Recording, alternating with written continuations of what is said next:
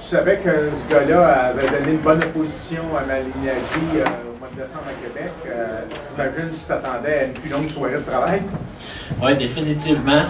Je pensais vraiment qu'elle allait être plus coriace. Puis dès le départ, on a vu qu'il reculait un peu. Ça avait pas l'air d'y tenter bien à soir de se battre. Puis j'ai éteint sa flamme vraiment quand je l'ai pogné avec une grosse main arrière. Puis il l'a atteint directement à la mâchoire. Il était ébranlé pour de vrai. Il manquait ses jambes. Puis là, à partir de là, c'était fini. Psychologiquement, je l'ai démoli là. Il se présente à Montréal comme ça avec un surpoids aussi. Ça donne un indice de peut-être sa volonté de se battre contre toi. Là. Exactement, oui. Puis aussi, sauf que ça, c'est comme un couteau à deux tranchants. Il faut faire attention à ça. Il ne faut pas se dire toujours ils sont plus gros, ils vont être il est pas en forme. Ou moi, je sais bien que quand je suis au-dessus de mon poids à l'entraînement, je peux être très, très dangereux pareil. Fait que c'est des choses qu'il faut faire attention à ça, mais je pense que j'étais bien préparé. J'avais mis les gants avec des gars pesants comme Sébastien Bouchard, Michael Zouski, des gars qui se tiennent normalement, naturellement à ces poids-là, 156, 160. Fait que, quand je fais des bonnes oppositions à ces gars-là, moi je suis confiant mentalement pour cette situation-là, surtout qu'on savait qu'ils boxaient normalement à 147 et moins. Mais là, tu aspires à des gros projets. Est-ce que c'est pas un peu décevant de voir que ton adversaire, comme ça, n'était pas vraiment au sommet de sa forme? Tu n'as pas eu le temps d'avoir une bonne opposition, de développer encore plus? Oui, c'est sûr qu'on aurait aimé ça faire plus de rondes, voir comment réagir. Sauf que là, je peux pas me permettre de me dire je vais le laisser aller pour une autre ronde. D'un coup, il revienne fort puis qu'il me pince, tu sais. Fait qu'on peut pas faire ça. C'est sûr que c'est décevant un peu pour l'apprentissage de nombre de rondes, mais je pense que je suis victime de ma force de frappe, si on peut dire, sur les derniers combats, en tout cas. Là. Mais David Lemieux, c'est ça que ça y a fait aussi. Puis je pense qu'il y a une très bonne progression pareille. Fait que éventuellement, là, les adversaires vont se préparer mieux en conséquence, puis ils vont me donner des meilleures oppositions. Étais-tu plus nerveux que d'habitude avant de monter dans le ring, étant donné que c'était la demi-finale, étant donné qu'il y avait 12 000 personnes? Non, j'étais pas nécessairement plus nerveux, plus heureux, oui. J'étais plus heureux, sauf que non, j'étais pas nerveux. Je suis toujours bien relax face à ces situations-là. Puis non, moi, gars, j'étais vraiment content là, parce que pour une fois, je savais à quelle heure je boxais. Tandis que les derniers combats, je swing ball, puis ça, il faut être prêt du début à la fin du gala. Donc, pour moi, c'était un stress de moins, dans le fond. Il semble que tu as gagné un voyage à Las Vegas. Ouais, mais là ça en confirme encore plus, sauf qu'en même temps, faut pas tirer trop vite aux conclusions. Moi, ce que je veux, c'est des opportunités pour avancer dans les classements. Donc, si j'ai une autre opportunité ailleurs pour avoir un titre, mettons une ceinture, mais je ne boxerai pas à Los Angeles. Si à Los Angeles, à Las Vegas, je veux dire, si à Las Vegas, il me donne, c'est juste un combat comme un autre, là, juste pour un combat de plus, c'est sûr que je vais privilégier le titre. Mais là, actuellement, est-ce que tu as le choix entre le 7 et le 21 mai ou... Ouais, ça ressemble à ça. OK. Tu penches vers? Mais ça va dépendre, c'est les titres ou non. OK. Tout dépend de ça. T'as pas d'indication encore, là? Je n'ai pas encore, je n'ai pas encore de confirmation ou rien. T'sais.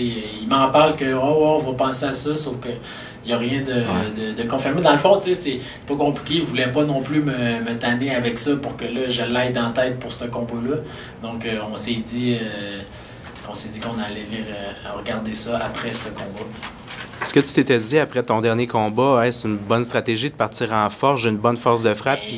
Oui, mais puis même là, ça m'a tenté de le faire, là, vraiment beaucoup. Là, mais à cause de mes coachs, puis parce que je le voyais, là, il faisait rien. Il était inactif. J'aurais pu le faire. Puis pendant l'instant, il m'est tellement passé l'idée d'y aller aussi. Sauf que mes coachs m'avaient dit fortement non, commence plus relax, jab. Vas-y vraiment tranquillement. Fait que je l'ai pas fait, mais j'aurais pu le faire. Puis parce que moi, il a fini par tomber, là, sauf que la porte était grande ouverte, là, ça me tendait. C'est dur de te limiter comme ça, de te dire « faut que je suive le plan de match, mais pourtant je pourrais le knocker là. » Oui, c'est très très dur parce que... Mais dans le fond, je l'ai suivi, tu sais, pas longtemps parce que la main droite que j'y ai donnée, c'est ça. J'ai explosé direct dans sa face, puis je savais que j'allais pouvoir le pogner. J'aurais pu le pogner direct en commençant, puis il bougeait pas, il était flat foot encore comme mon dernier adversaire. Mais fait que, je l'ai suivi pendant un court instant, le plan de match, puis là, j'étais tanné, je voyais l'opportunité, fait que j'ai été pareil. C'est ça. Une autre question? Non. Ben, moi, je suis content de la performance. J'aurais aimé ça que ça dure un petit peu plus longtemps parce que ce qu'on voulait en fait avec cet adversaire-là, c'était d'aller chercher des rondes de boxe pour prendre l'expérience. Mais comme Pierre-Olivier a dit, il était déjà traqué avec le jab, puis il a pu passer la main droite. Je voulais que Pierre-Olivier le dérange au corps pour pouvoir passer la main droite en haut, puis il l'a pogné solide. Fait que après ça, quand t'as un fighter comme ça dans les mains, c'est dur. Un coup, t'as lâché les guides, là, c'est fini, là, tu peux plus tirer les guides, il est parti. Oui, il parlait dans le coin, il avait les yeux quand on est 2 piastres. Ah, moi, je voyais l'opportunité. Mais pour toi, ça doit être frustrant, après un entraîneur, de 3 combats de suite qui se venaient au premier round. C'est plus valorisant que frustrant. Ouais, c'est un petit peu frustrant, oui, mais je veux dire, c'est parce que, tu sais, on fait quand même des bonnes préparations, tu sais. Puis les choses qu'on demande de faire, les choses qu'on demande de travailler avec Pierre-Olivier, c'est son jab, puis d'être patient avec son jab pour pouvoir voir les ouvertures, puis, tu sais, il écrit rapidement les ouvertures parce que, avec la vitesse qu'il a, ça prend pas une grosse ouverture que lui, il voit l'ouverture, tu sais. Nous autres, au super ralenti, moi je me dis, ok, peut-être que je l'enverrai là, mais lui, il a comme le timing qui fait qu'elle rentre à bonne place. Puis on peut pas y en vouloir pour ça. Il y a pas personne, j'espère qu'il n'y a pas personne qui va se plaindre de Noco au premier round. On est bien content. Le gars, il avait une fiche quand même, 37 victoires, 30 par knockout. C'était un gars qu'il fallait respecter. On l'avait regardé sur vidéo avec Manny Hadji. Il bougeait beaucoup le haut du corps. On voulait travailler au corps. Pierre-Olivier était un petit peu, la deuxième fois qu'il est retourné dessus, il était un petit peu trop proche encore. C'est des choses qu'on voit qu'il est un petit peu trop proche, puis il voulait vraiment l'achever, puis il s'est un petit peu emballé. Mais après ça, il s'est replacé quand même avec le jab, puis encore là, avec sa vitesse d'exécution, ben, ça rentrait encore à bonne place. Je pense que ça serait en même temps. Là. Je pense que si je veux être champion du monde un jour, je pense que c'est normal que je passe le test. Peut-être pas aussi facilement que ça, mais faut pas que je fasse des guerres avec du monde de deuxième niveau. T'sais. Ça va venir les personnes vraiment dures, mais je pense que c'est normal. Tout gars qui se rend loin dans la boxe, mais il passe les premiers adversaires. Une couple de. C'est vraiment les derniers adversaires qui sont durs, là, mais au début, si tu fais des guerres avec eux autres, mais je pense que t'as aucune chance là, après ça au deuxième step. Là, quand t'en pognes des plus durs, tu vas te faire tuer, c'est ça. Fait que c'est normal. Moi, je pense que c'est normal aussi. Là, c'est pas nécessairement que c'est un mauvais boxeur, mais je pense que j'ai une bonne capacité physique. Puis, moi, je veux me rendre au sommet. Puis, c'est correct là, de les arrêter. Là, c'est pas. Ouais, c'est ça, on reproche pas ça à David Lemieux, puis on reproche pas ça à Lucian Boutet. Souvent, les gens critiquent que Lucian n'a pas beaucoup d'opposition, mais il ne faut pas oublier qu'il a un talent exceptionnel. Puis je pense que Pierre-Olivier, c'est un talent exceptionnel. Pour venir au mois de mai, tu me dis que tu as le choix entre le 7 à Vegas ou le 21 ou le 6 à Montréal. Oui. Je trouve ça important quand même d'aller chercher l'exposure autre qu'à Montréal, de sortir un peu. Puis mais ça, non, c'est au contraire. Tu sais, le monde de Las Vegas, ça va être la première fois qu'ils vont me voir. Tu sais, ils vont se dire, ah, il y a un petit gars de Québec. C'est mieux de me faire une foule comme tantôt ça l'a crié là, pour moi. Vaut mieux continuer à faire en sorte de faire grossir les fans pour qu'un jour, là, que ça soit au lieu d'aller me battre à Las Vegas ou n'importe où en Europe, ça soit eux autres qui vont venir ici parce qu'ils savent qu'ici, il va y avoir 15 000 personnes pour moi. Ça, c'est encore mieux. De faire en sorte d'être populaire, d'être beaucoup populaire chez soi, que de se promener de ville en ville, puis d'aller une fois comme ça à Los Angeles. Si c'est pas pour un titre, moi, c'est sûr, c'est un rêve de voir Manny live comme ça. Là. Pour moi, c'est mon meilleur boxeur, là, livre pour livre. Sauf que, c'est ça, je pense qu'il faut prioriser là, les opportunités, les titres, puis notre foule ici qui sont derrière nous autres. Là.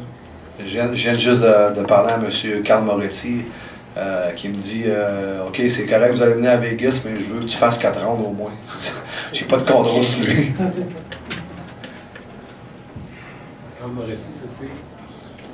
C'est pas mal haut placé avec Top Rank puis Showtime. On parle on va prendre un combat qui va nous amener un titre, mais y a-tu de quoi qui se travaille, un championnat canadien, quelque chose? Je suis déjà champion canadien à 130 livres. Ouais. OK, on parle du nord-américain. Oui, ça c'est dans les... pas le prochain, parce qu'on va se battre à Las Vegas, parce que ça va avoir moins de signification pour nous autres, mais d'un combat qui pourrait avoir lieu à Québec ou à Montréal pour un titre NABO, NABF, ça serait pas la prochaine étape, mais l'autre d'après, la deuxième étape. Pour 2011, on veut un titre nord-américain. Que ce soit NABO et NABF, on veut monter dans les classements mondiaux parce que on le sait que Pierre-Olivier, il a la puissance pour le faire, puis il a la vitesse pour le faire. Puis à ces poids-là, il y a beaucoup d'opposition. C'est une catégorie qui est très relevée.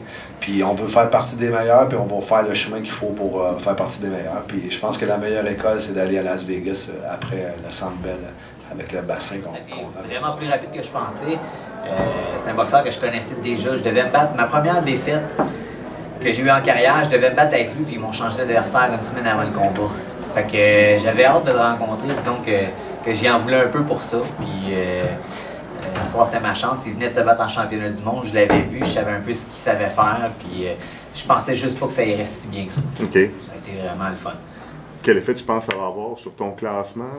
Ben écoute, sur le classement, ça doit aider parce qu'il était dans le top 20 mondial avant le championnat du monde, il était dans le top 15 même, fait que automatiquement ça devrait aider.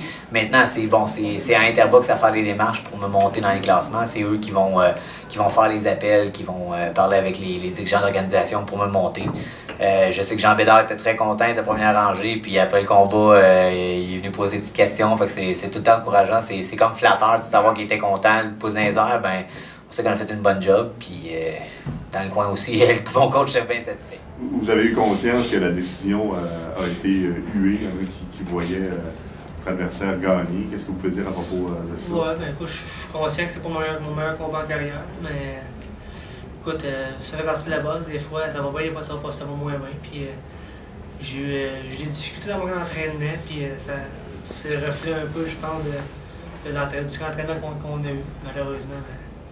En tant qu'athlète, on est toujours sûr qu'on est prêt parce que dans la dernière semaine d'un combat, c'est sûr que tu as toujours une poussée d'adrénaline qui est bien intense, qui fait que tout ce qui peut être dépensé possible, sur eux, tu réussis à mettre ça en arrière pour te booster, l'excitation et tout ça. Mais il reste que la réalité, elle change pas. Fait que avec l'entraînement que j'ai eu plusieurs problèmes pendant le camp, ont fait que le combat était un peu le reflet de ça, je pense. Tu l'as abordé sur les problèmes que tu as eu dans ton camp d'entraînement? Qu'est-ce qui s'est passé? En fait, je te dirais des gros problèmes qu'on a eu. J'ai eu comme 2 blessures vraiment au début de mon camp. J'ai une blessure à mon épaule qui traîne encore d'ailleurs, une blessure dans le bas du dos aussi. Donc, c'est 2 choses qui ont vraiment dérangé la préparation en tant que telle. Puis, je me sentais quand même bien à soir, par exemple. J'ai pas mal dans le dos, j'ai pas mal à mon épaule non plus. Mais il reste que jusqu'à la semaine passée, j'avais encore des. C'est que quand on est rentré dans la grosse charge de travail, physiquement, ou la charge de travail où tu deviens fatigué, physiquement, c'était beaucoup plus difficile parce que les blessures de Benoît étaient beaucoup plus. Ressortaient plus, puis il faisait en sorte que la qualité de travail était un peu moindre. Mais tu sais, on ne veut pas nécessairement prendre ça comme excuse, c'est un fait, mais je pense que c'était vraiment une mauvaise soirée. C'est le reflet de, comme Benoît dit, on pense au camp d'entraînement, puis on sait que ça a plus ou moins bien été, fait qu'on voit un petit peu le combat comme ça, mais je pense que ça a fait que ce soir, c'était vraiment une mauvaise soirée.